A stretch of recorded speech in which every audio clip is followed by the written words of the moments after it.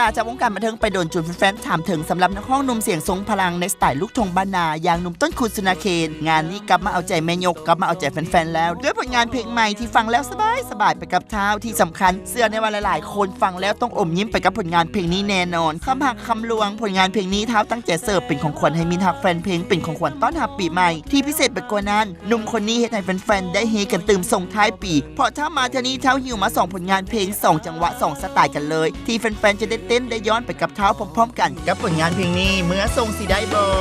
เพลงไวสไตล์หนุ่มต้นคูณสุนาเคนหยอกใยสาวๆเป็นห่วงเป็นใยสาวๆอยากจะเมื่อทรงถึงบ้านเป็นผลงานเพลงกวนๆส่วน MV เพลงนี้มาแบบอลังการกว่าที่ผ่านมาทั้งเสื้อผ้าหน้าผมทีมแดนเซอร์ที่เวอร์วังกว่าเดิมสำหรับ2ผลงานเพลงนี้ก็ปล่อยออกมาเอาใจแฟนๆแล้วตั้งแต่กลางเดือนธันวาคมที่ผ่านมาสำหรับแฟนๆท่านใดที่อยากจะฟังผลงานเพลงนี้แบบเต็มๆก็สามารถขอฟังกันได้แล้วทางรายการเพลงของโทรภาพลาวสตาร์เด้อบอกไว้เลยว่าฟังแล้วจะบอกผิดหวังกันอย่างแน่นอนคำหักคำลวงและผลงานเพลงสิเมือนำน้องบอกกวนๆในแบบฉบับหนุ่มต้นคูณสุนาเคนเพราะตั้งใจมอบเป็นความสุขให้แฟนๆต้อนรับปีใหม่2023ผู้เบาผู้สาวมีแต่ของใหญ่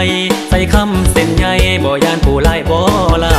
สูงข่าวเย้าดีบ่มีบ่อนที่อายว่าถ้าเต้นฮอนแก้วยวดน้ำไอ้นี่ยานว่ามีคนซ้อมไอ้ยานแทนเดตอนเจ้าสีกลับบ้านไอ้ยานคนผ่านมันละจากบัดดึงไอ้นี่เป็นห่วงยันน้องถึงห่วงอย่างอื่นไอ้ยานเขาดึงเข้าป่าน้ำมักยับ